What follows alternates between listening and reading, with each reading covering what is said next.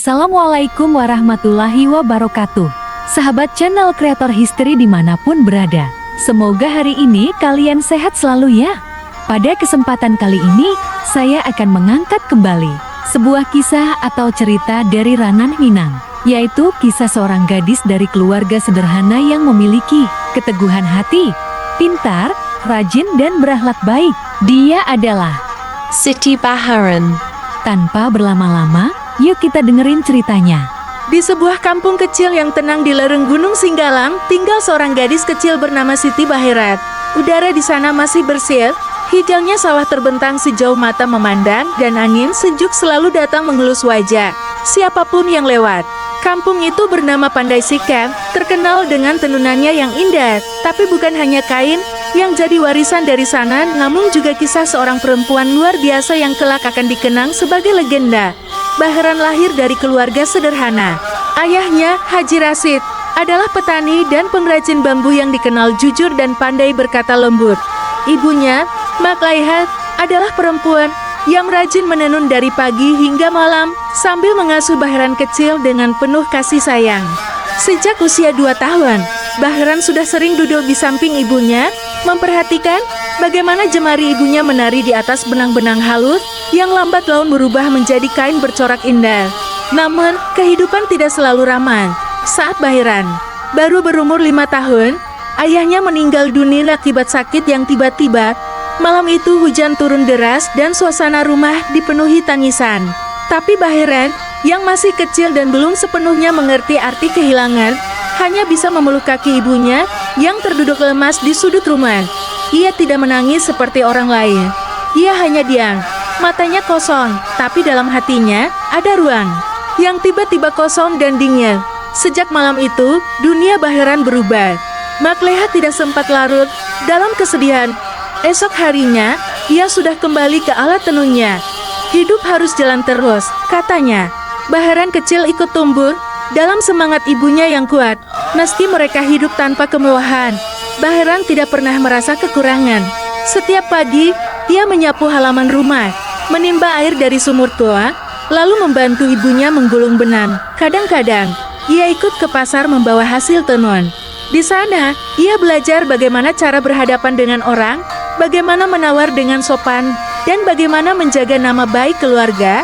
Tetangga sering memuji Baharan. Anak ini beda, kata mereka, masih kecil tapi sopan, rajin, dan gak suka main-main. Ia memang jarang bermain seperti anak-anak lainnya, bukan karena tidak boleh, tapi karena ia sendiri yang memilih. Baharan lebih suka duduk di bawah pohon pinang sambil membaca buku-buku lama yang dipinjam dari rumah Pak Guru. Ia suka sekali mendengar cerita tentang sejarah, tentang adat, tentang perempuan-perempuan kuat di masa lalu. Ia sering bertanya, kenapa selalu laki-laki yang disebut pahlawan? Bukankah perempuan juga bisa berani? Pertanyaan-pertanyaan seperti itu tumbuh bersama usianya. Saat anak-anak lain mulai sibuk dengan dunia remaja yang penuh main-main, Baharan justru makin tenggelam dalam dunia pikirannya sendiri. Tapi bukan berarti ia sombong. Justru sebaliknya, Baharan selalu hadir setiap kali tetangganya butuh bantuan. Kalau ada anak kecil yang demam, ia sigap menjemput dukun kampung. Kalau ada yang sakit gigi, ia siap merebus daun sirih dan membawa air rebusannya. Kalau ada nenek tua yang kesulitan membawa kayu bakar, Baharan yang langsung datang menolong tanpa diminta. Pernah suatu hari, hujan turun deras dan salah satu rumah warga roboh karena kayu penyangga yang sudah lapuk. Semua orang terkejut, tapi Baharan tanpa ragu berlari ke lokasi. Ia membantu mengangkat barang, mengajak anak-anak pemilik rumah berteduh di rumahnya, dan malam itu, ia bahkan memasak bubur untuk seluruh keluarga yang terkena musibah. Usianya waktu itu baru 13 tahun, tapi hatinya sudah jauh lebih dewasa. Dari anak seumurannya, banyak orang kampung mulai menganggap Baharan seperti anak mereka sendiri. Ia tidak hanya baik, tapi juga punya sikap. Kalau ada yang bertengkar, Baharan seringkali yang mendamaikan. Ia tidak memihak siapapun, tapi selalu berbicara dengan tenang dan adil. Suaranya lembut, tapi kata-katanya sering membuat orang terdiam. Bahkan Pak Wali Nagaripung pernah berkata, kalau Siti Baharan nanti dewasa, dia lebih pantas jadi pemimpin daripada banyak laki-laki di sini. Namun, meskipun banyak yang kagum, tidak sedikit pula yang heran dan khawatir. Jangan terlalu keras mendidik diri, Bahiran. Perempuan itu mestinya belajar jadi istri yang baik, bukan jadi pemikir, kata salah satu ibu-ibu di kampung. Tapi Bahiran hanya tersenyum. Ia tidak membalas dengan kata-kata, tapi ia terus berjalan sesuai caranya. Setiap malam, setelah semua pekerjaan selesai, ia duduk di tikar pandan, membaca atau menulis. Ia pernah menulis puisi pendek untuk ibunya yang telah meninggal. Di bait terakhir, ia menulis, "Ibu, aku bukan mencari nama tapi mencari jalan untuk membayar cinta yang ibu beri tanpa syarat dalam diam dan peluk yang tak pernah ibu keluhkan." Saat membaca puisi itu, beberapa ibu-ibu kampung menangis diam-diam.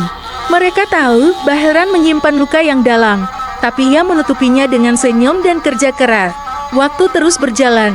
Bahiran kini sudah menginjak usia 16 tahun. Ia mulai mengajar anak-anak kecil di surau kampung. Ia mengajarkan membaca, menulis, dan mengenalkan sejarah Minangkabau tentang Bundo Kanduan, tentang perempuan-perempuan tangguh yang jadi tiang rumah adat, bukan hanya pelengkap dapur.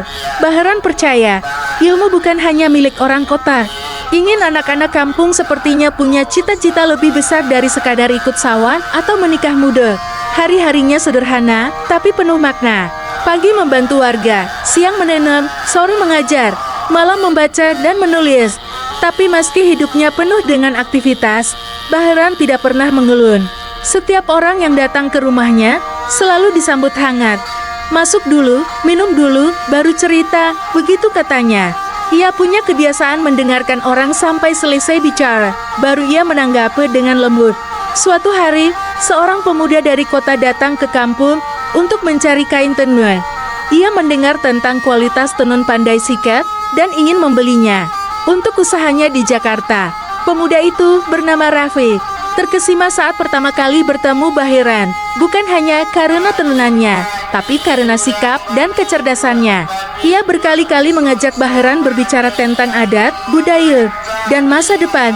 Dan makin lama, ia makin kagum. "Kenapa kamu tidak pindah ke kota, Bahiran? Di sana, kamu bisa jadi guru, aktivis, atau tokoh perempuan." Bahiran hanya tersenyum, lalu menjawab dengan pelan, "Kalau semua yang peduli pergi dari kampung, lalu siapa yang akan jaga akar kita?"